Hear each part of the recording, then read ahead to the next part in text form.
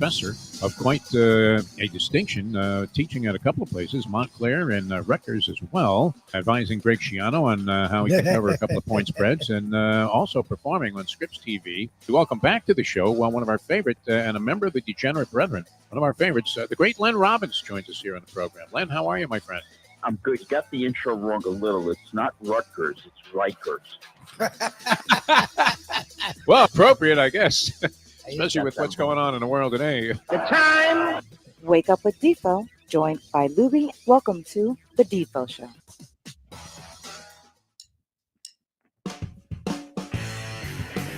I don't know why I always thought this was Nathan Hale that said this, Lubie.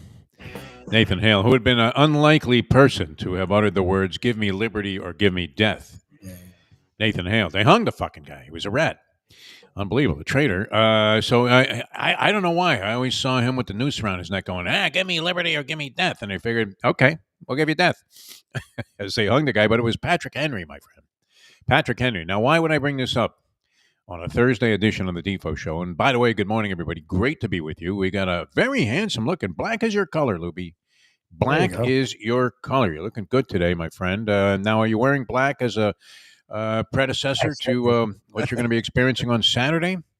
And can the Canes cover 21 in their game against Florida State? That would be another plaguing question that America is asking itself right now. But this is a beauty, Lubie. This is Bridge Jumper City, my friend. Liberty against Kennesaw State. Or is it Kennesaw State? Kennesaw? I want to say Kennesaw. No idea. The only reason I even know anything about that word was, of course, Kennesaw Mountain Landis was the original commissioner of Major League Baseball. So, and we used to study the history of this stuff. Kids don't do this anymore, do they? Do they go back into like 100-year-old history of some sport? No, all they want to know is, what can I get on the parlay here, and what's the early buyout?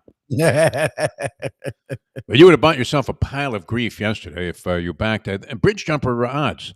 You had to lay $4,545 to win 100 if you wanted to take Liberty on the money line. Liberty had won 17 straight ball games, 5-0 to start the season. This year, I guess they were coming off 12 straight victories, either to close it. Did they go undefeated last year and not have a shot at any postseason stuff? Of course they wouldn't. It was only like a 14 playoff. Yeah. So anyway, I don't know if they went to a bowl game. I mean, we follow them a little bit in basketball, thinking every now and then it might be worth a sniff at like 10,000 to 1 that they win the NCAA tournament. Who knows? Maybe they pull a Bob Lanier out of the woodwork all of a sudden. But what was he doing going to Bonaventure, right? Bob Lanier, he could have gone anywhere, you would think. But anyway, so Liberty is laying 25 and a hook last night to Kennesaw State. They lose outright, Lubie. Can you believe that? They lose outright. You would have picked up plus 1550 if you had the balls to go ahead and take Kennesaw State on the money line. But let's face it, that's one of those ones where you go to the window and you go, give me 200 Kennesaw State on the money line. And that guy goes, Lou, call an ambulance. We got one here. And they want to cart you right off the track when you come up with a bet like that. But it happened, as Jim Lampley said, when Foreman knocked out Michael Moore. It happened. So that's the way the week kind of starts out. There were a couple of games, I guess, on Tuesday night. I didn't pay much attention to those. And our theory was a day late. We were a day late and $1 short, Lubie. The elongated ceremony theory, not to mention Arnie Palmer. The long ceremony theory, which we were applying to the Boston Celtics-Knicks game, thinking that the Celtics, the long ceremony, they're wheeling out all of these dead bodies. They got Auerbach, they got Havlicek, they got all of these people out there. Halftime, open casket. The fans are going crazy. And here are the Knicks just frothing at the mouth, thinking, we're going to beat the shit out of these guys. They're going to remember this all season long, and they're never going to beat us all year long. We're going to sweep the season series against the Celtics, and it starts tonight, guys. Yes. Instead, they get clobbered, right? After the long ceremony, Celtics come out. They're on fire. They make 29 threes in a ball game, and we look like fools for thinking that the Knicks had a shot and that it was worth a chance laying or getting 6.5 points with the Knicks. Last night, though, Louie, and I'm going to have to give you some time here, too, because I know that this could lead to a long, and one of my favorite things is a long negative Lubie heat rant. Oh, really?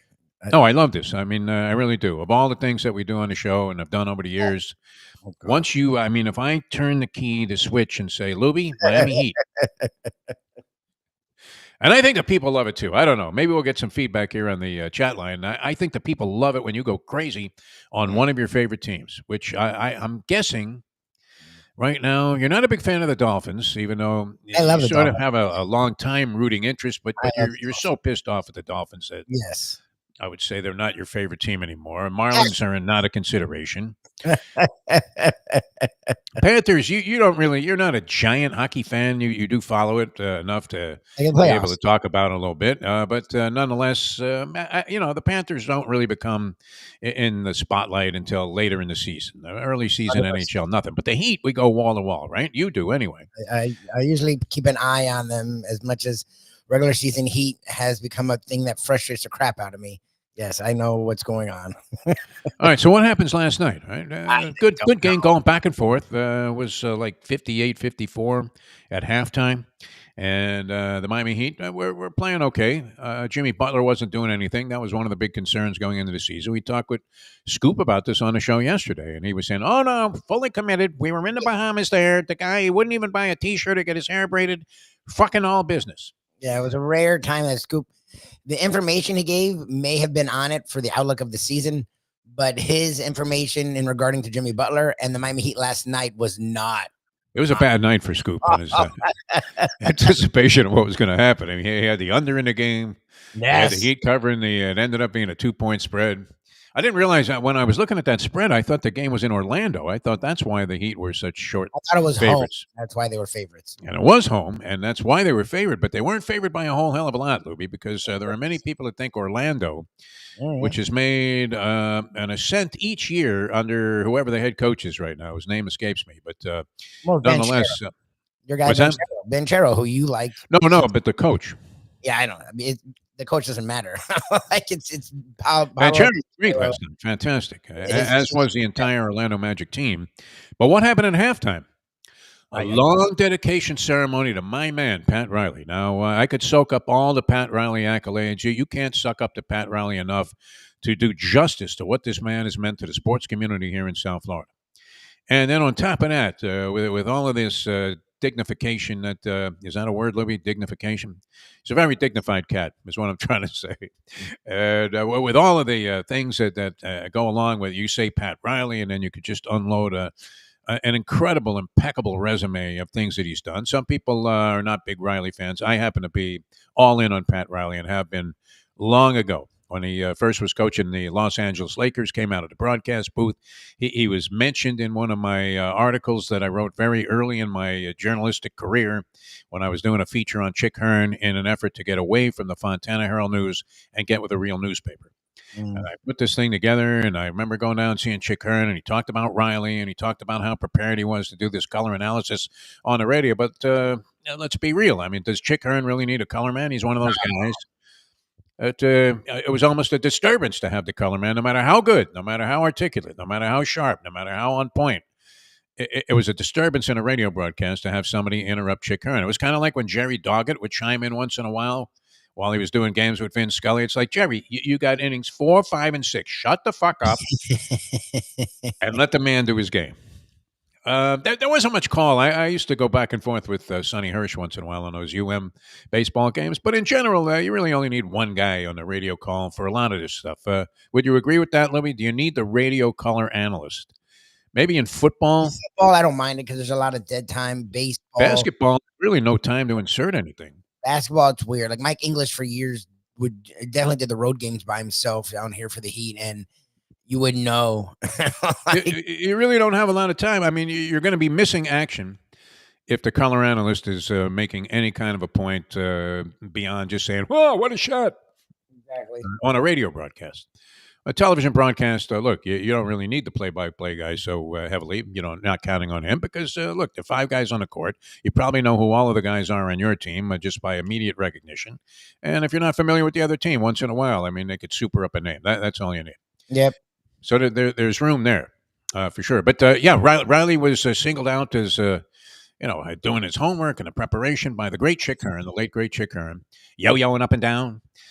He was tremendous and a real gentleman. One of those guys, Lubie, that you meet early I don't know if these kind of guys really exist anymore. I guess they do, where they're so iconic. I mean, a guy like Vin Scully, so iconic, or Chick Hearn, and yet they treat even the lowest level schlep like he was royalty. Yeah. That's a characteristic that I Hard to have great admiration for because I'm Yeah. not like that, right? Yeah. You ain't worth anything to me. Get the fuck out of my life. Yeah, No, it's that isn't really the philosophy, not but exactly true, but does seem that way at times. So they had this long ceremony for the great Pat Riley, and I couldn't get enough of it. I was like Jim Sarney last night. It really was. It was like you're watching something that you're thinking, "Wow, this is a drag. What am I going to fill the time with?" And they dedicated the court. They call it now the Pat Riley Court at the Kaseya Center, brought to you by FTX. No, I mean it's the Pat Riley Court at the Kaseya Center. What is Kaseya, by the way? Is it air conditioning? Is it insurance? What is it? Did we ever figure that out? no, What do they do? I can look it up again. Doesn't it sound like an insurance company? I forgot what it was. You're protected with Kaseya. Those teeth are falling out of your mouth? Don't worry, we have a dental plan. I don't know what it is. It doesn't matter, though, because the naming rights certainly were better than, what was it before? FTX, the Sam Bankman-Fried thing? Cybersecurity and IT software management. Of course. We were right on top of that. It might have been my last guess. What are you talking about? All right, so they have this long ceremony, and then what happens, Lubie? A close game turns into a just one-sided, ugly blowout in the third quarter. What were the totals here? 39-18, third quarter. Orlando Magic. They bust the game open. They end up winning by 19. And the Heat go down in flames. And this is where I guess I have to yield to my colleague here in the black shirt, the great senator from Miami. Yeah, right. They don't want me to Jimmy Butler, 3 points, 4 rebounds, 5 assists, 26 minutes of action. So Scoop told us it was a new Jimmy Butler. He was all in because it's his contract year. Now let's put the parenthetical up there. It's one game. Okay. Yeah. But you know what? When the Heat introduced their starting lineup, did you watch this, Lubie? I don't know if you had a chance to catch this. I didn't watch any of it. I knew they were playing. I actually took Scoop's word for it that I was just going to keep an eye on it. I started watching stuff, and then I started watching stuff with Shirley that you weren't watching the Heat. You're a diehard Heat fan. What are you talking about? Regular season's weird. First of all, It's the opening game, though. I don't get Bally's, so I couldn't even watch it if I wanted to. But usually, guess what? It's no longer Bally's. Whatever they're on, I don't get. It's now FanDuel TV. FanDuel, yeah. FanDuel buys Bally's. Maybe are they going to own the world pretty soon? I mean, when are they buying CBS, FanDuel? And you'll see nothing but handicappers all day long. It'll be fantastic, won't it? Gail King will be up there with the morning crew with Nate Burleson and the other guy who got in trouble for questioning some guy who was written a book about the Palestinian side of the war with Israel, and he was like nailing this guy to the cross on a couple of things, and everybody was like aghast about, oh my God, how could he do that to this interview subject? It's supposed to be a puff piece. Which some people defended, but nonetheless, I mean, they'll be sitting there going, well, you know what? I tell you, I'm looking at Syracuse and Pittsburgh tonight. FanDuel TV. Unbelievable. I mean, they already owned the racing channel. That made some sense. Now they're buying regional cable systems up, FanDuel TV. How much money are they fucking making, Lubie? Oh, they're going insane. This was a fantasy thing on some guy's app. Yes. Yep, 100%. I'm sure they were at some point on the threshold of going out of business, no?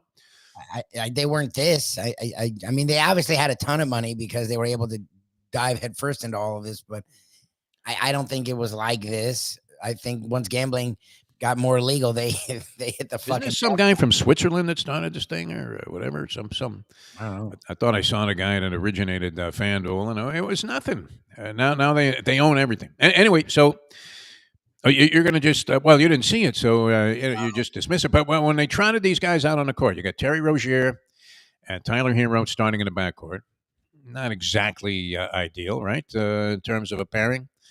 You have Bam Adebayo, of course, all-star. Bam Adebayo is asked to do a lot. And Jimmy Butler and Jovic, right? Isn't that how you pronounce his name? Jovic, the kid? And that's your starting five. Does that make you think, wow, I wouldn't want to face these guys, Lubie? What do you think? I don't know. I don't know if it's as if people don't know basketball, they probably won't think much of it. I don't mind that starting lineup. My problem is Jimmy Butler has to be Jimmy Butler. I believed all the stuff. Like, he is in a contract year, right? Like, he wants to get paid. Like, he has to play. I don't know what, and I get it. He was 1 of 8 and this and that. But first of all, 8 shots is nothing. Like, why? That it goes back to last year. Like, why is he only shooting 8 shots? Why is he not more involved? And across the board, Bam didn't do anything. Hero had an average night. Jovic was okay. Rozier was the only positive about last night. He led them in scoring. Like, I didn't watch it. I just looked at the stats and I could see the game it was, and it's like, okay, it's nothing new. I mean, Jimmy Butler talks. It's what we saw last year. He talks a lot of shit, and then it feels like his heart's not in it. And he can talk about contract year and this and that. Like that, and that's the other issue of it for this. To me, people that were talking about possibly trading him, the age he is, what he has left, the kind of money he's looking for, and the kind of money he has left. Like, what are you going to get for him? Like, that's my problem. They're in a weird spot because I do like their young guys, but none of them are like leader guys. None of them are going to ascend to a 1, even really a 2 on a team. Like, they all feel like they're like 3, like the third guy from Bam on down. And I don't know what you do with that. I don't know how you make that enticing to try and get a star. I don't know how you take the next step. Like Scoop said yesterday, I agree with him. Look, from young talent perspective, as the Heat go, it's as good a young talent perspective as they've had since the early 2000s because they never have young talent. That doesn't mean they're legit. Like, they're not the Thunder. Like, these aren't guys that are rising up without moves and going to take a step. Like, you saw last night, the Magic are a team that are sort of like that, but a notch below. And the second half, they blew. The third quarter was utterly like, how do you have the game was close first, second, fourth. It was the third. They were a 21-point deficit in the third. Like, at home on a night where you're honoring your guy, like, Wrong ceremony. That's what did him in. No, it feels like something happened. I don't know. It just, again, it's one game, fine. But Scoop said it. Like, this team has admitted to themselves, at least the execs, what they are. The first month or so is everything. Like, if they come out and play really well in the first month, then they're gonna try harder to go all in. If that first month they fuck around, look, they're not a tank kind of a team, but they'll ship off a Jimmy Butler. They'll try and get that next chapter going now. So night 1 looking like that isn't a good sign. Like, it's just not. I don't know. To lose like that at home versus a Magic team that's in your division that you have, and the division games do matter and they do carry weight because you do want to get that division. You want to get in the top 6 seeds or whatever. You want to stay out of the goddamn play-in. That wasn't a great start. Like, it was just flat out ugly. No other way to look at it. When you got to the third quarter, anyway, 39-18 third quarter. Does in the Miami Heat last night, so they lose their season opener after just a tremendous honoring ceremony with Pat Riley. And like I said, I can't get enough of that. I can't believe Pat Riley's 80, but then when I think about it, I'm 73. So what the fuck? How is this guy an 80-year-old man? We've seen where many people associate 80 immediately with the big S word, right? Senility, as evidenced by the viewpoint of one Joe Biden, who now epitomizes that more than ever before, right? I think Kamala wants him to just shut the fuck up and get off the campaign trail because whatever. Every time he says something, her percentages go down by like a couple of digits. So, well, we'll see. I don't know. Did you catch any of the town hall meeting last night? It was great. I thought we're in a weird fucking world where Donald Trump says no to a debate. That's why it was a town hall. He could have done the town hall too, said no to a town hall, and did some fucking psychotic rally in Georgia where it looked Nazi-esque, where it was like all red and he's standing on a stage and there's a crowd and he's just yelling out fascist shit. Yeah. And they're cheering for the fascist shit. And then you cut to CNN and they're like, well, Kamala, that one policy about farming in Iowa, I don't know. I don't know if the corn's going to really grow like she says. It's like, the dude doesn't rain much here. The dude just fucking said, when I'm president, not the shit that Joe Biden said that they're all losing. Well, he should be in prison. He should. He is a 34-time convicted felon. Those people are in prison. I don't know what's so weird about that comment, but I guess people like you and the rest of the world are taking it that he's senile. No, he's just. Oh my God! Well, and he's he's going crazy. I mean, after this campaign he had with Hillary, I mean, how many times do we have to hear that nonsense? I'm talking about Biden. Biden's saying the prison thing, and everyone's losing it about it. But like, what is going? Trump doesn't care. Trump's openly like when Trump says it, he means it. He's like, when I take office, which he's not gonna. But if he was to take office, I think he's winning this thing. he's gonna I'm lose. put money on Trump. Stop watching CNN and stop watching MSNBC. Their coverage, and Mayo fought me. If anyone watched the Trump speech and the town hall, and then the way CNN covered it, if that didn't prove what I've been saying about the mainstream media, nothing will. Like literally, I appreciate that fucking Van Jones, who's all over the place, and Tapper actually stood up and were like, "What the fuck are you people doing? Like, what the fuck are you doing?" The guy is literally a fascist and he's senile. Like, he not only speaks fascist, he is incoherent to when he speaks. And then you're worrying about her policy about fucking wind farms in Maine. Like, no, it is amazing how they keep trying to hold Kamala accountable, and Trump says anything, and it's off the wall. And all of his followers just go, "Oh no, that's just Donnie being Donnie." There, it's not inevitable. The polls, she's still leading every poll, and the vote is record breaking in every fucking state. Like, if you notice, what's funny, the national media, mainstream media, never talks voter turnout. They still talk about these fucking polls. They're voting now. Once you start voting, polls mean fucking shit. Who cares about polls when people are actually voting? Voter turnout is fucking ridiculous. That's all that matters. That's all that's ever mattered. But they won't cover that because they need Trump and they need a close election. This isn't conspiracy theory. If you watched both events last night, Trump's rally, her town hall, and then the coverage of the town hall, and you still don't believe what's going on behind the scenes, then I'm sorry. You want to be naive and you want to be anxious and nervous. Look, I'm nervous too. I'm scared because I don't trust what they're going to do. I admit that. But by votes, it's not going to, I mean, in the end, it's not going to be close. You're saying blowout Kamala. It's not about blowout. It's not about getting cocky or arrogant. It's none of that. Like, you never know. It's a fucking election. You're with our man Joe Casale on that, who seems to have a pretty good handle on these things. You need to find people that are not on mainstream media. Like, look at the actual raw, look at the fundraising that she still is annihilating him in, okay? Look at the rallies outside of last night. They're not even, they go to the same city and they're not even comparable, the energy behind the rallies. Go to what she's doing. She's not going to go to fucking Houston. If it was tight and she was scared, would she go to God? She's not winning Texas.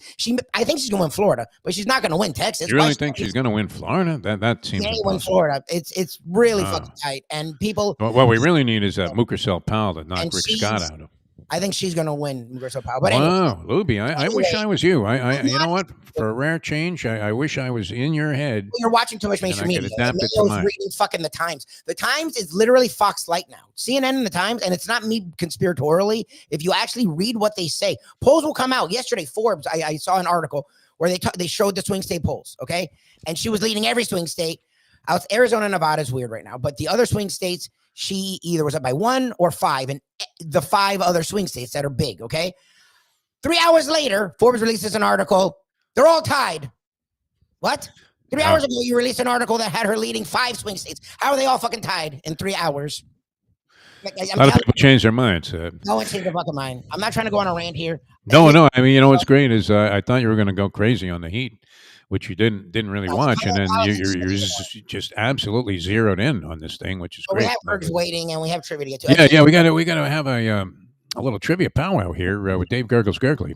It's just Gurggles is all excited. I know what Gurggles is excited about. Majestic Eagle tomorrow, Laurel second race. The Sheldon G special. I'll be doing a Beat the Broadcaster for the Men of St. Mark's Church at Pembroke Lakes. But when you talked about Riley 30 years ago, when we used to do the Shula show at Miami Lakes, we had our guests were Don Shula, Pat Riley, and Doug McClain. And that's great. Monday night, and Doug McClain was like a little kid in a candy store with all those guys there. So that was terrific. And then the other thing, FanDuel. I have my Beat the Broadcaster sign. I've been in touch with FanDuel to change the sign to Bet the Broadcaster and have them sponsor me. Why aren't you taking action on this? I guess you are in a sense because you're giving away a gift certificate if they beat you. And the last thing I remember, I don't know if you saw Jimmy Fallon after Trump was on at McDonald's. He put a caption in there with Trump at the drive-thru window saying, "Would you like lies with that order?" It's no coincidence either that after Trump appeared there, McDonald's had that quarter-pound problem because this might be the only business he's been in that didn't go bankrupt. Well, the stock dropped like a rock. It was off a significant margin, 5 or 6% in one day, or whatever. But I mean, that'll happen when you realize that I've invested in a company that's killing people with their quarter pounder, which it was, I guess, one death reported, but a very unfortunate circumstance. It's interesting that it was only the quarter pounder. What meat do they use in the other burgers? If the quarter pounder is their premium burger, and this is the one that they're worried about, but all of their other products were supposedly okay. So I guess the whip marks probably caused it. That's what I think. That was the old Rodney Dangerfield thing, right? Yeah, that's right. I had a burger the other night. They still had the whip marks from the where the jockey was pounding it down the stretch. All right, we're going to do a little trivia challenge. Everything good in your world, Gurggles? We're going to come back and of whip marks. If you remember last week, I had a question about Skylo Low. Yes. Sunday, in the 6th or 7th race on the turf, here's a horse, Skylo Low. I'm stuck about 300. I'm stuck about 300. I bet $10 across on him. Said this must be a sign. Yes. He ran 6th. That was a sign that he was a pig. All right. I'm going to come back with the trivia challenge. You can dial us up if you want to play. 954-417-0070. 954-417-0070 to play the trivia challenge with Dave Gurggles Gergely. We got Mike Lubie Lubitz. He'll be taking your calls. I'm Jeff DeForest. We're coming back with the trivia challenge in a moment for a Landlubbers gift certificate. Now that. The time. It's a highway, 826. Play the ponies in style at Champions, the outstanding simulcasting room at beautiful Hialeah Park. Yes, the grand old lady of thoroughbred racing has never been more vibrant, and you can wager on the races from the top tracks around the country while enjoying a cocktail at the Brass Rail Bar or any of the fine food served throughout the facility.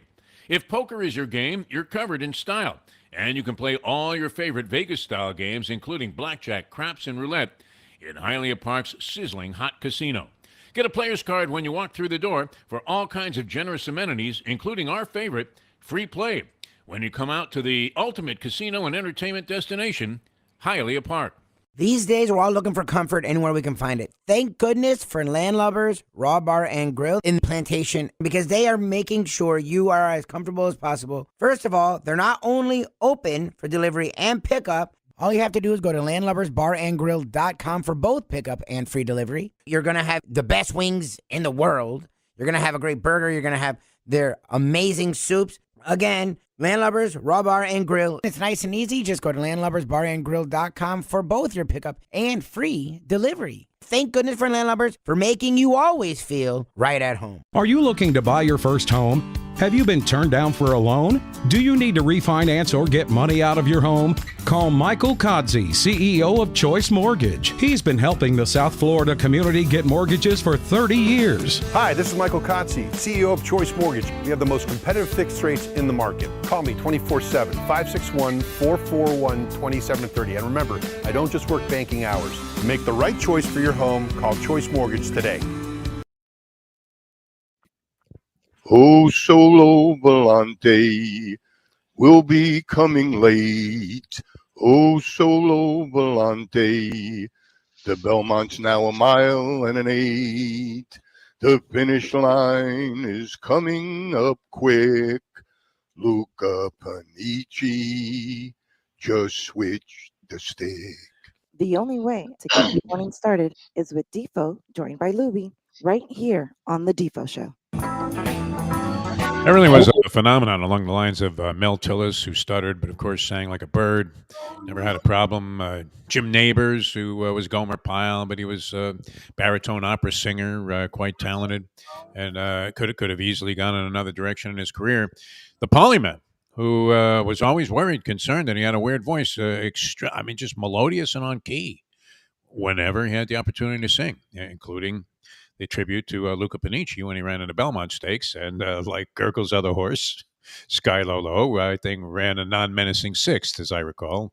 That might have been in a 6-horse field. All right, we're ready for the trivia challenge. You can dial us up if you want to play. 954-417-0070. We got Lubie ready to take the action on the phone lines. A Landlubbers gift certificate to give away. Of course, the very, very worthwhile distinction of being a champion on the trivia challenge on any given week.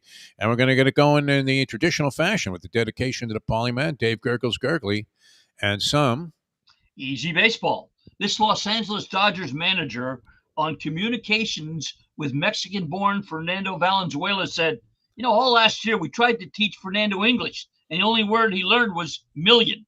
Tommy Lasorda, Tommy Toon, Al Toon, or Cartoon? Still trying to adjust to the reality that Fernando checked out the other day. That's amazing. All right, first up is Pat after the roll of the scrambler here. Pat, welcome to the Trivia Challenge. Good morning, sir. Mr. Pat. Oh, he's there. Sorry. There he is. There you go. He's got a button to push. Pat, how are you, my friend? Good. How are you guys? Hey? We're doing much better now. Yeah, we got a voice there. All right, you're at 1 point. You're in the game. Bowling, Pat. True or false? Believe it or not, Dick and Pete Weber are the only father-son duo in the USBC Bowling Hall of Fame. True or false? I'll say false. I'm going to say true. Right. It's Who's false? the other one, Jeff? Carmen Salvino and his son. No, Nelson Burton Sr. and Jr. Oh, wow. See, I didn't even realize that Nelson Burton Sr. was a bowler. I didn't know that. I only knew of Nelson Burton Jr., and, of course, my favorite thing that he would say as a matter of routine is he's got to go cross lane for the 10-pin. And you keep thinking, what the fuck else is he going to do, Nelson? Is he going to roll one right down the gutter there and have it? Did you ever do that when you went for the 10-pin? Did you just throw it straight up the gutter? What do you, Lubie? You were a pro bowler caliber. Yeah, it's hard. I mean, when you're trying to skate the edge, You can't roll it up the gutter, Lubie. You look like a fool doing that. You got to go cross lane for the 10-pin. Oh no, I've never done it on purpose. Oh, trying to hope it bounces out or something.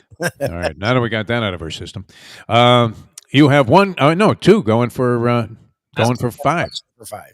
I was the one that got that one wrong. Yes. Baseball. Yeah. Let's dedicate another one to the dearly departed Fernando Valenzuela. In 1981, as a rookie, Fernando Valenzuela started the season winning his first 8 games. What team snapped that winning streak? That's a good question. The Giants, the Phillies, the Cubs, or the Cardinals? All of the above. The Cubs? Cubs. That's right. Woo! Nice. Well done, Pat. Very sharp, Pat. Pat, are you in town? Are you just breathing the fresh air and getting all of that chlorophyll in your system from Albany? I mean, why are you so clear-headed today? I voted yesterday. Voted, good man. Very good. Let's hope that helps a certain person win Florida. All right. Here's your 5-point question for the sweep. Wow. All right, Pat. Football. The Seattle Seahawks pay this university every year a licensing fee to use the 12th man slogan. Who is that university? Is it Wisconsin, Texas A&M, Auburn, or Clemson? Texas A&M. A&M, wow. the 12th man. You really got it right. Sweep. Way to go, Pat. Holy shit, Pat. You're on one. All right. Well, you're going to be in the finals. Just hang around, my friend. That guarantees him a spot in the finals here, so the competition is wide open for second place, and you never know what can happen. We've seen sweepers defeated by people who barely scraped their way into the challenging round.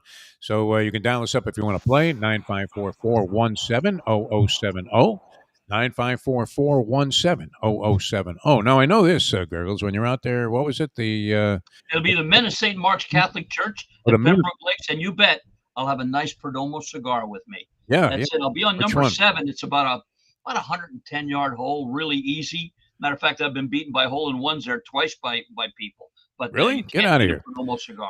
Guy stepped up with money on the line and smacked the hole-in-one. Actually, a father and son were there, and the son made the hole-in-one, jumping up and down. What did he ask? He said, "What do I get for hole-in-one?" I said, "Well, you get to pick up the payments on my 1994 Camry.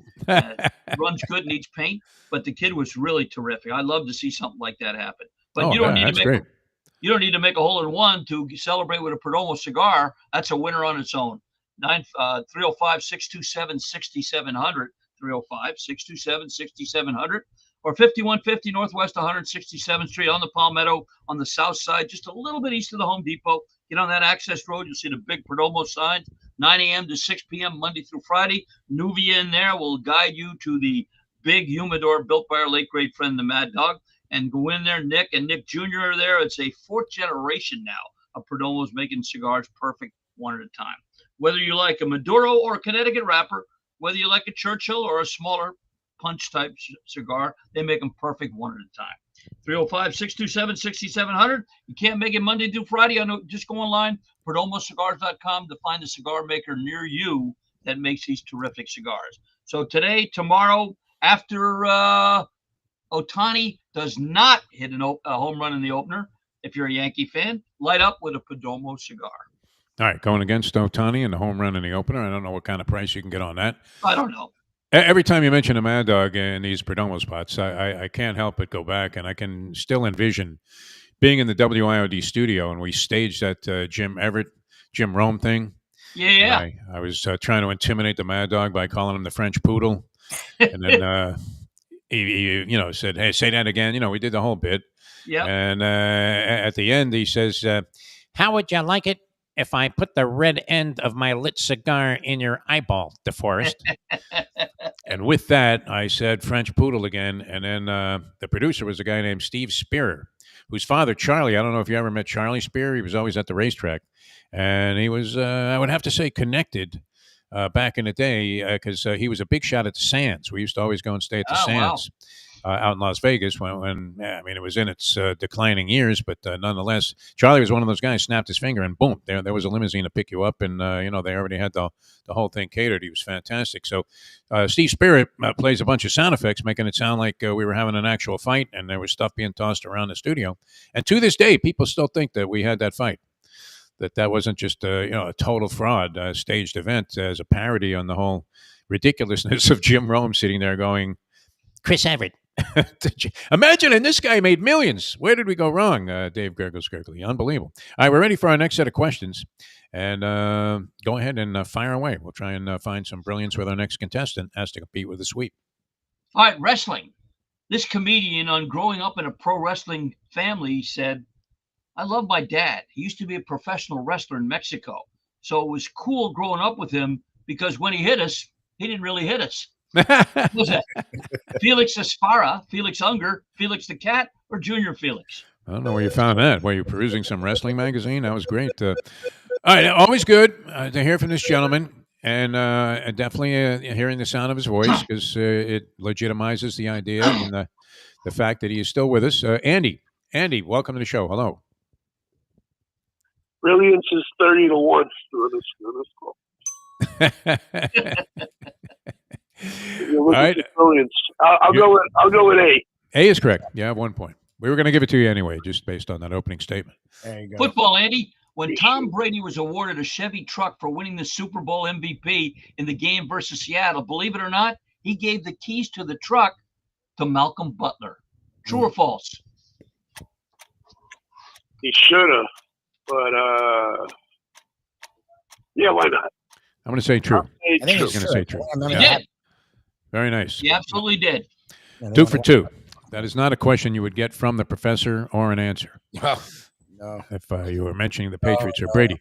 All right, 2 for 2, Andy. No one's gotten a question wrong yet, which is kind of interesting. The streak is alive. All right, NBA, Andy. On opening night in 1974, 50 years ago, Nate Thurman became the first player ever to record a quadruple double with 27 points, 14 rebounds, 13 assists, and 12 blocks. And it came versus Ooh. Was it the Atlanta Hawks, the Boston Celtics, the Chicago Bulls, or the Denver Nuggets? I'll go with the Hawks. Hawks. Oh, my God. One right. What is going on? Yes. What the fuck is going on here? I mean, Liberty goes down. They lose a 17-game winning streak. Gets snapped to Kennesaw State. 0-6 on the season. Minus 45-45 they were, Liberty, on the money line. I don't know if you wouldn't play into that, would you, Gurggles? No. Put up 4,500 to win 100? That's stupid. And then lose. Now you Oh, can my lose? God. Yeah, I mean, that's... Holy shit. All right, going for the sweep. Doubleheader sweep here. Jesus. Yeah. Wow. You know, What sweeps do we just suspend the game at that point? Yeah, And sounds award like- Football. people prizes? Here we go. What did Andy say? Tom Brady, while with the Tampa Bay Buccaneers, threw his 600th touchdown pass, and that came versus whom? Ooh, these are tough. New Orleans, Atlanta, Chicago, or the New York Giants? Well, I was going to say that he'd do 600 TDs against Elvis Toast Patterson, but so I guess. I don't think they crossed over. Or Rich Sowles maybe on the Jets back in the day. He used to guard everybody 30 yards. He used to be 30 yards off everybody. Give him a little cushion. No doubt. I was going to go with the Toast. I'll go with the Giants just because. Giants. G-Men? No. Chicago Bears. Not bad, though, Andy. 5 has you very much in the running. Hang around, you probably will be in the finals. Hold on. Lubie's predicting the next guy is going to bomb out. 954-417-0070. 954-417-0070. We have Pat with a sweep, 10 points. He's going to qualify for the finals no matter what happens the rest of the way.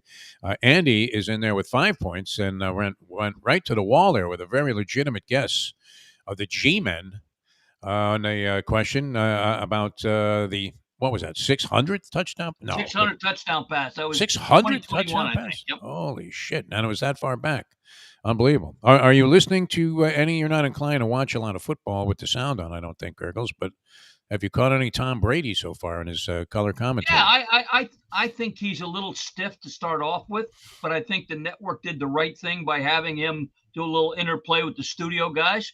And I think he's starting to give a little insights into what it's like when you're out there and different perspectives. All right. I prefer him to Olsen, who just talked too much. Yeah, I wasn't a big Greg Olsen guy. Tony Segreto loves Greg Olsen. He thinks he's the greatest since Al DeRogatis, which, that's a guy I'll never be surpassed. I guess a lot of people like Madden in that role also because he was colorful. And for a while, Gruden was very popular until we realized that Gruden wasn't watching the game. And they're in that Tampa, too. I tell you what, I devised that a long time ago. You should call it the Gruden, too. Okay, let's get another player in, and then we'll go to the finals. But we'll fire it up here with Dave Gurggles Gergely. All right, golf. This golfer on aging in the world of golf said, golf is like love. One day you think you're too old, and the next day you want to do it again. What's that? Roberto Di Vincenzo, Roberto Longo, Roberto Clemente, or Clemente from The Godfather? All right, here we go with the random phone scrambler. And yet another classic player joins us here on the show. Ron, you're on the Trivia Challenge. Good morning, Ron. Good morning, fellas. Let's go with A. Got another correct answer to start us off. All right, baseball, Ron. Believe it or not, New York City Mayor Eric Adams and Los Angeles Mayor Karen Bass have a friendly wager on the upcoming World Series. If LA wins, Mayor Adams will appear on Jimmy Kimmel's show and sing I Love LA. And if New York wins, Mayor Bass will do the same, but sing New York, New York. True or false? Let's go false on that one. I would say false. That is false. That happened in 2014 with the Rangers versus the Kings. Oh, yeah? Yeah. Because, Mayor Adams right now, he's hoping nobody is singing. Yeah, I'm just putting myself out there right now. That's always, that's always a rough one when you find out there's a non-indicted co-conspirator. That usually means he's got a deal. All right. You have one. This is one going for four. Yeah. Two. He's got two. He's got two. Oh, he got it right. Get that right? He did get it right. He did get it right. He got we it right. disqualified him already. All right. You got two going for five. Don't worry. You got the scoreboard wrong also, Lubie, because I'm losing track. And Jeff will probably know this right away. Yeah. Who is the only member of both the Pro Football Hall of Fame in Canton, Ohio, and the Professional Wrestling Hall of Fame in Amsterdam, New York? Wow. Is it Alex Karras, Ernie Ladd, Bronco Nagurski, or Mean Joe Green? Oh, God. Wow. I don't know that one. Oh, boy. Let's go Ernie Ladd. That's what I would have said. I would have That's too, wrong. but it was Bronco Nagurski, believe it or not. Okay. Nagurski did wrestling? Oh, wow. What about Chief Wahoo McDaniel? I guess he wasn't a Hall of Famer in the NFL. Football? But he certainly was a Hall of Fame wrestler. So Yes, that was a tough question. All right. We're going for 7 here, and this would move you into the finals. Yes. All right, let's take you back to opening night again. The Lakers won their home opening night game on Tuesday. It was the first time they won their home opener since 2016 when they defeated the Warriors, the Trailblazers, the Kings, or the Rockets. Let's go Trailblazers. I think it's always the Rockets. It was the answer. Rockets, and I'll give anybody a bonus if you can tell me who the high scorer was for the Lakers in that game in 2016. 2016 high score. What do you say, Libby? You're Mr. Basketball. I'm going to think about that for a second. I have no idea. Kyle Kuzma. How about Jordan Clark with 26 points? Never heard of him. Jordan Yeah, Clark. They were the Wow. Lakers. They were the Lakers. He was like a young upcoming guy for the Lakers, and now I don't know. Maybe on the Wiz. I don't know where the fuck Jordan Clark is. He was a jazz bassist. All right, we're going to go to the finals here in just a sec. We have Pat and Andy going to compete for the finals. Gurggles, Perdomo Cigars. So always good to hear about Nick Perdomo and his crew, and you've been doing a fine job as their leading advocate, I think, over the years by far. I'll probably stop by a little later today, and we sell them right here at the Pro Shop at Miami Lakes Golf Course, which right now has 2 weeks left in operation till we close down for a $10 million renovation. How long is that going to take? Play right now. Course is open. Ball's running really good. The course is a little brown because we're getting ready for the changeover. But Perdomo cigars are available here or at 5150 Northwest 167th Street off the Palmetto on the south side, 9 a.m. to 6 p.m. Say hello to Nick. He loves to talk to people. He's given tours to people of the factory right there.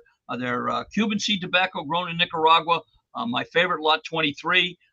We sell the 10th anniversary right here. 20th anniversary is great. And, of course, Edición de Silvio.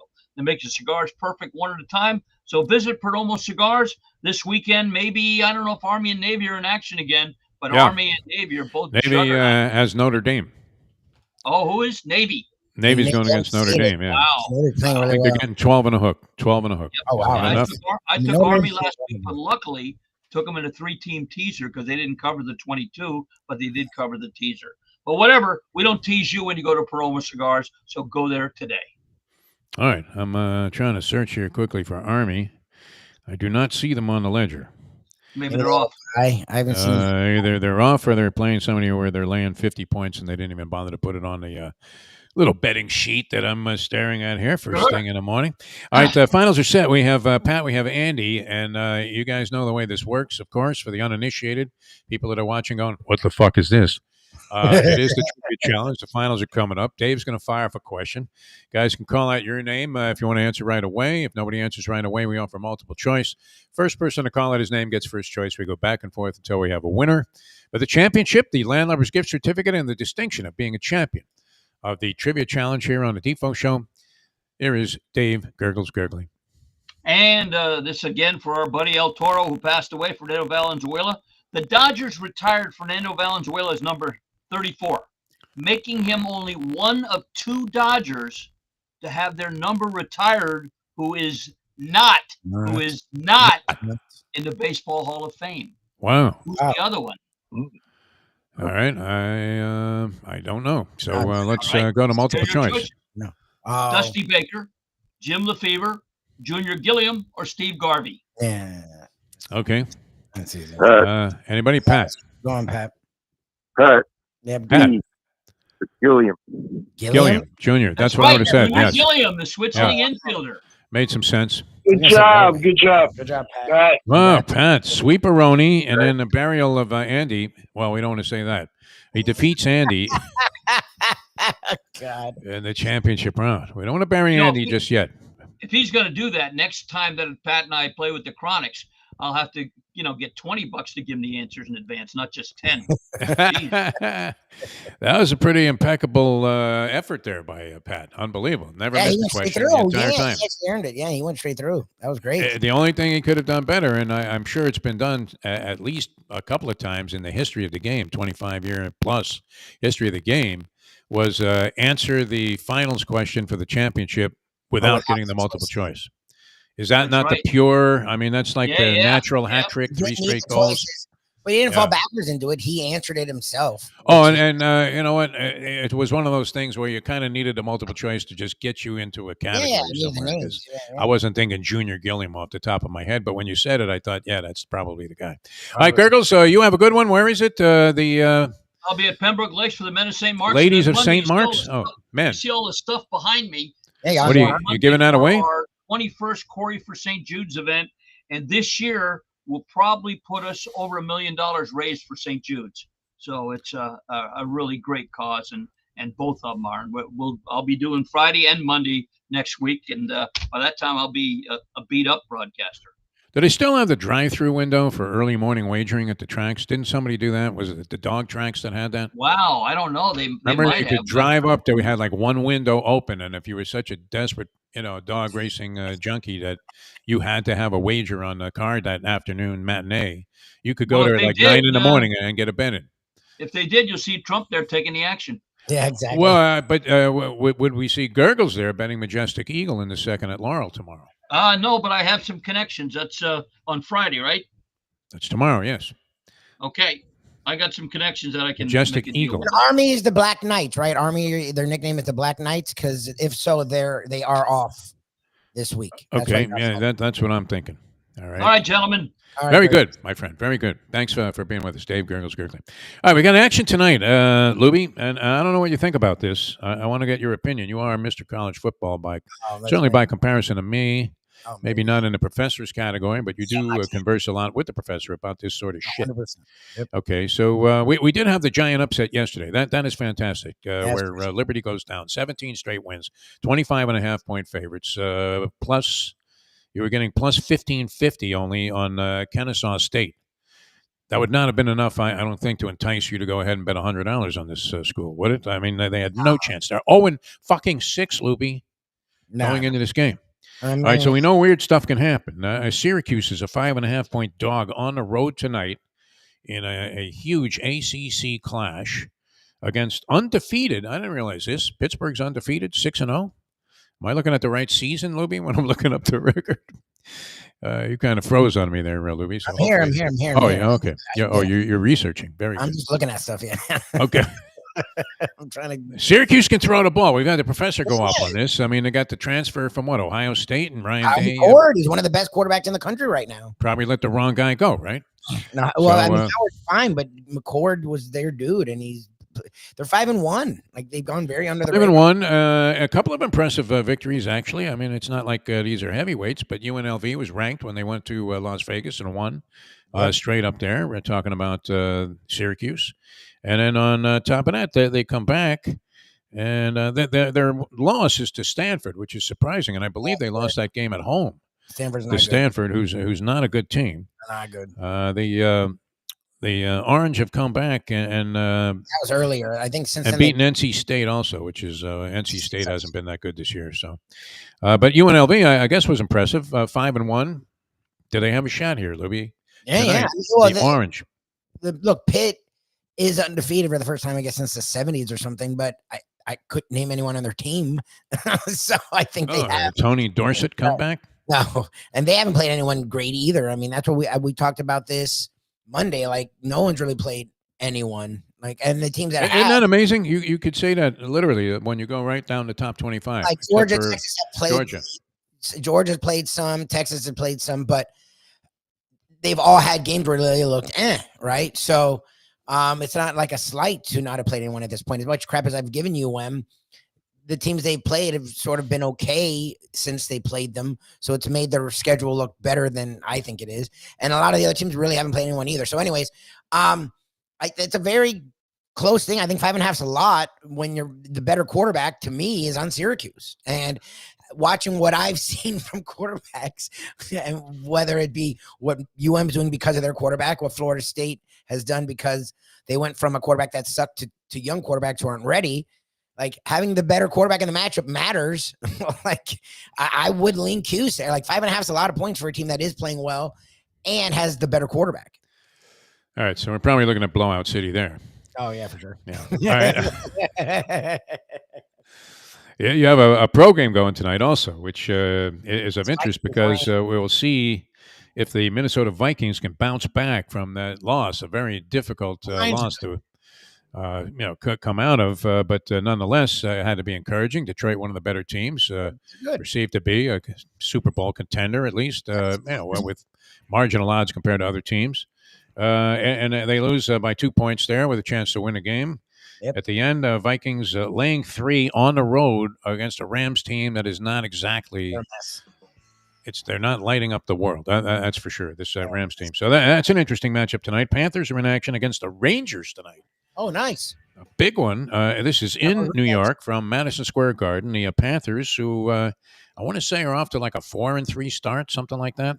It's been a mixed bag. They've beaten the shit out of the Boston Bruins a couple of times. They just lost, I think, 5-1 or 5-2 to Minnesota, who was I happen to catch a little piece of that game. 4-3. They have 9 points. I guess they're leading their division at this point. But you're getting plus 125 if you like the Cats in this one. On the road against the Rangers, so you have to lay 150 to win 100. Yeah, no, the Rangers are good. They're legitimate contenders. They took care of Shesterkin. I know they're good. I think he got a boatload of money. Shesterkin, I'm pretty sure he signed his extension. And if he didn't, he's playing like a happy man. Let's put it that way.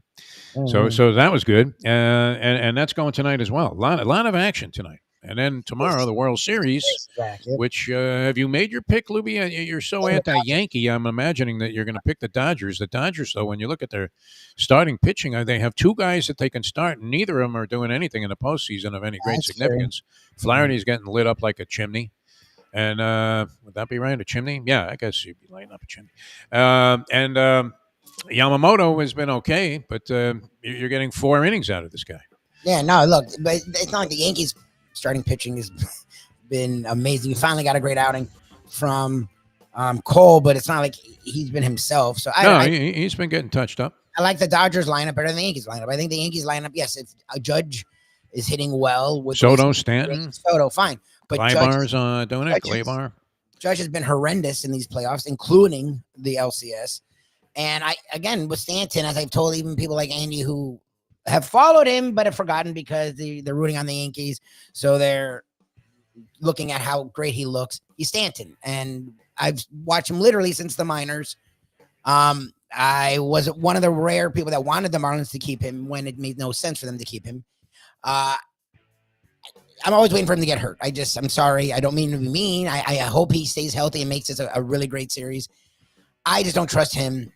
So to me, the lineup edge is vastly leaning to the Dodgers, the way their lineup just crushed the fucking Mets in that series. And the Mets had good pitching. So I don't know. To me, I think it's the Dodgers, and we'll see. I think it's going to be a great series. I think it's what baseball's needed. And the fact that it starts on a Friday and they haven't had any action all week, people are gearing up for it. I don't know. A lot of people probably lost their rhythm on this thing. It sucks that it didn't play all week. I don't know. Baseball obviously is popular to the level where they can pay these guys these staggering amounts of money that they're being doled out on a regular basis, including where a guy can look a general manager in the eye who just put $300 and whatever it was, $20 million on the table for Juan Soto. He's playing with the Nationals, seems to like it there. Their championship caliber team. And he just looks at the guy in the eye and goes, "You cheat motherfucker." So where's this money coming from? If there isn't that much interest in baseball, you have to ask yourself that. I understand it. Television rights, whatever, they have to fill time. There's 8 million networks, all owned by FanDuel now. Yeah, I mean, a week off, I was rolling with these baseball games. I was looking forward to it. I would have to say that I've been a little distanced. Now I'll get back into it because I think it's a very compelling World Series with two teams that I've had an interest in at different points in my life. So, I'm enthralled by it. I would disagree about Stanton. My concern would not be for him being injured. He may well try to leg out, some chopper and end up hurting himself and being out for the series. That certainly is in play. But I've seen him, and so have you, Lubie. And it doesn't happen often enough for him to be consistently hitting for any kind of realistic average anymore. His eye sucks. But he, when he gets into one of these zones, yes, it can go, and it appears he's in it. I mean, look, maybe this week off will shake him out of it. That's possible. But as they say, I mean, for a guy to be dialed in like he was, it was incredible. I mean, what's the easiest thing to do with Giancarlo Stanton to get him out? Throw it low. You blow him back, go with a fastball under the chin there, a little chin music there, a little high cheese. And then he's a sucker for this outside breaking ball in the dirt. He's going to swing. So off balance, it's incredible, right? It's when you if you let it get high at all, because that's the problem is they think if they go really high, it'll fool him. No, he likes it up. Just if you keep it knees or lower, low and away, this guy's dead swing meat. at it, and he never hits it. Like, that's I mean, when you can spot just a glaring weakness like that, you don't need to be some analytical genius. Sit there and break down every statistical minutia that you can. You're just looking at this guy waving at these breaking balls and going, "Holy fuck!" The guy can't hit this. It's crazy. So I mean, and he did have a home run off one that hung over the plate. I don't know if I think it was his last home run, a breaking ball that just was. I mean, it had Materano's insignia on it, big fat meatball. So, but when he's like that, and he's forcing pitchers to make mistakes like that because they're worried that he's going to hit one out of the park. He ends up doing it. I think that's a huge factor in the series. I would agree with you, Lubie, pointing to Stan, because if he goes cold, now you still are down to Soto, who's on fire, and a relatively cold Judge, and then that's it, right? Torres was good. Who else is really hitting for the Yankees in the series so far in the postseason? Soto. I mean, Soto. Well, no, Soto, but I mean among the Jazz, Chisholm is kind of a lost cause. Or anything, yeah, Chisholm doesn't. We really believed Mike Hill when he said that just the name alone was enough, and people thought that. The video game put him on the cover. He hadn't played more than half a season. Yes, Chisholm, a 240 hitter. That really is like putting Hobie Landreth on the cover of He's just fine. Video he was game. A fun, young, vibrant player that actually is Yeah. And he says Volpe's been okay. Yeah, he has been. I guess Volpe's been all right, but I mean, it's been all right. Soto. I mean, that's been the whole fucking Lubitz. It all depends on Stan. Yeah. Look, I don't think it's gonna be a rout. But you like the Dodgers? Great series, and I just think I believe that, and this will probably be 8-0 Dodgers now that I say this, but the Yankees should have a big edge in game number one with Cole going against Flaherty. Cole should give them one. Yes. Yeah. They should get out. They should at least get 6 innings of at what the worst 3-run ball out of this guy. What they paid him and what the Dodgers are throwing out there, yes, it's the kind of Flaherty was cast off from the White Sox, wasn't he? It's must win in the sense that losing this game with Cole versus what the Dodgers have would look real bad. Like it doesn't. Yes. If they lose this with Cole, it's fucking random. Like that should not happen. That spells trouble. That would set up a pivotal game too. So this is a pivotal game one in your estimation. Yes. Okay. There you go. Shocker, the World Series. Game one will be pivotal. Do I ever bother cursing the orange there and saying "Let's go Cuse"? I think you win. The Cuse are interesting. McCord. I never liked Pittsburgh in a matchup against Cuse. I always was like, so I mean they've had their share of periods of time where they just manhandled Syracuse, but I want to say that's probably favorable to the Cuse that rivalry overall because of the fact that Syracuse was a really good team at one time. But that was 50 years ago, Dave. 50 fucking years ago, Louie. You're worried about this season. I mean, I'm thinking back that the year I got to Syracuse was the year after Larry Zonka departed, and 20 years of amazing running backs came to an end. That was it. So it wasn't particularly a fun ride. All right, we have to get out of here. Well, what's happening with the Mike Mayo lunchbox? In or out? At Rico's. Oh, we are there. Okay. Yeah, it's in Rico's. Oh, okay, very good. That's a 1:00 post time, right? Okay. Yes. I will be there, man. I want to try that. What is it? Honey dripped pizza they have here. Did you try any of that, Louie? Yeah, it's great. We had the hot honey pizza. It's good. Yeah. Hot oil and hot honey, and they both are really nice. All right, I'm going to try and get out on the trail, get a walk of life in, and then make room for a slice of that. That'll be great. I'll see you later on with Lubie, Mike Mayo's Lunchbox. And thanks so much for tuning in. Our thanks to Dave Gurggles Gergely. As always, a Degenerate Friday tomorrow. Maybe a doubleheader with Tony Segreno joining us for a little old school. And then, of course, the professor and our favorite segment of the week, the big board, which is always a stroke of genius. All right, we'll see you next time as we leave you on that. The time. It's 9:04. Let's go to eat a damn snack. Look what they've done to my soul.